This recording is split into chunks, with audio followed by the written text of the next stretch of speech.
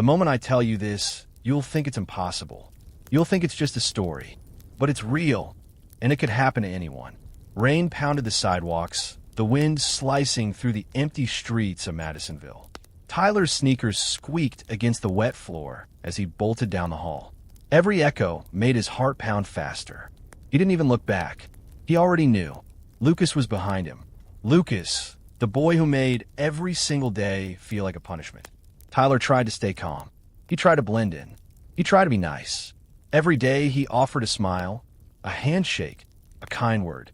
And every day, it didn't matter. The jeers, the shoves, the cruel laughter followed him. But Lucas was worse. Lucas thrived on fear. Every whisper in the hallway, every smirk in the cafeteria, every push in the gym, it all came from Lucas. Tyler had learned long ago that the best way to survive was to avoid him entirely. Today, though, avoiding him didn't work. Tyler turned the corner too fast, slipped, and almost fell. He spun around, panicked, and spotted the supply closet door slightly ajar. Without thinking, he darted inside. The closet smelled like bleach and old paper. Rows of mops and buckets lined the walls.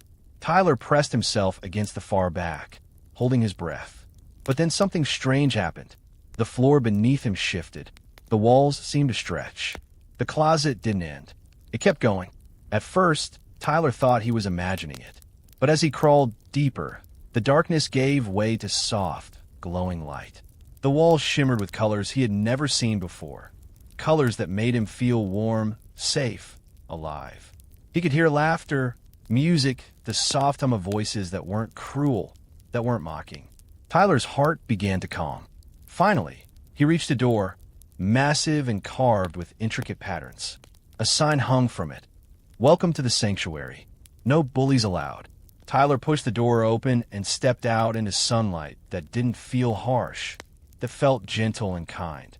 A playground stretched as far as he could see, filled with children laughing, playing, running, creating. No one pushed anyone. No one laughed at mistakes. Every kid was smiling. Every kid was free. "Hey, you new here?" A girl with curly hair and bright green sneakers waved. "Don't worry. You're safe. This is a place where no bully can touch you." Tyler blinked, amazed. "Really? Safe?" "Absolutely," the girl said. "We're all kids who had bullies just like you. Here, you can be yourself. No one gets hurt. No one laughs at you. No one picks on you." Tyler's chest felt light. For the first time, he could breathe. He could play. He could just be a kid. Days turned into weeks. Tyler learned to climb the rope swings, build forts, play games he had only dreamed of.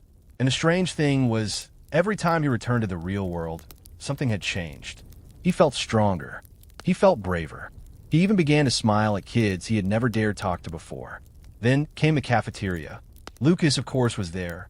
He sneered at Tyler's tray of food, ready to push, shove, mock.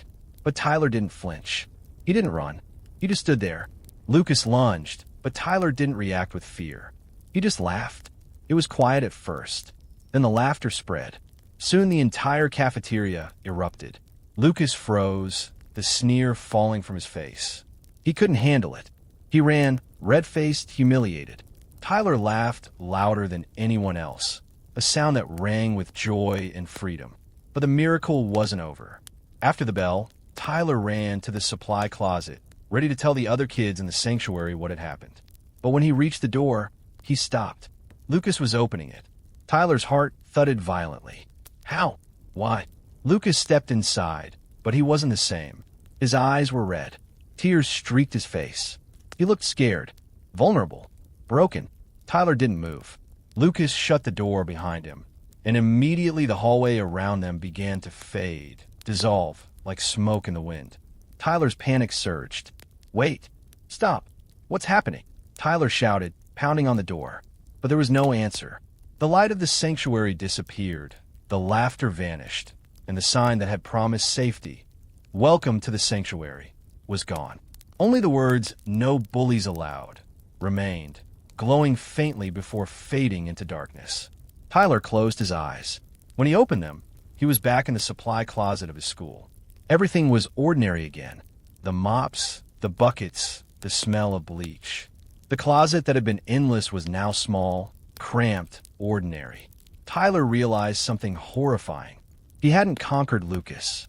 He hadn't truly faced his fears. The sanctuary had not vanished by chance. It had vanished because the balance had shifted. Tyler had changed. The fear that had once ruled him had been replaced by something else. Something heavier. Something darker. The laughter he had used to conquer Lucas's cruelty had transformed into the very power he had feared. The sanctuary had taught him freedom, but he had used it to judge, to mock, to dominate in the small ways he hadn't even noticed. Lucas, the tormentor, had become the tormented. And Tyler had become the bully. Tyler sank to the floor, head in his hands. He had been given a gift, a sanctuary, a chance to learn strength and compassion.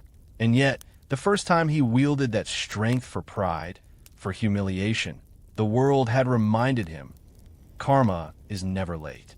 Divine justice is never wrong. God had given him the chance to save a child, and instead, he had become the one to harm. And in that moment, Tyler prayed, Lord, forgive me. Help me remember what it means to be kind. Help me to be brave, not cruel. Help me save others, not hurt them. I don't want to be a bully. I don't want to be like him. Please help me. The darkness faded. The closet returned to ordinary. But Tyler knew the lesson had been carved deep into his heart.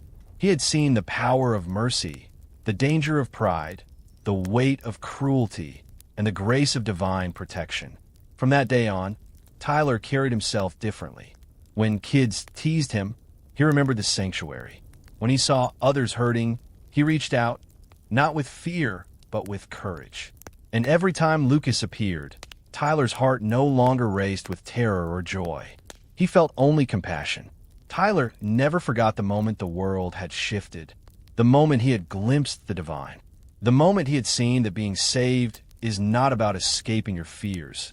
It's about facing them and choosing mercy over cruelty, kindness over pride. And he knew this.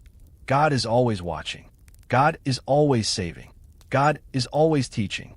And sometimes, just sometimes, God lets you see the world as it truly is to save a child and to save yourself. So if you've ever felt alone, bullied, or afraid, remember Tyler. Remember the sanctuary. Remember that even in your darkest moment, God is near. That even when karma teaches a lesson, grace is there to lift you. Type Amen if you believe in miracles. Type Amen if you believe God can turn fear into courage, pain into compassion, and bullies into blessings. Type Amen if you know that no child is ever truly alone when God is near.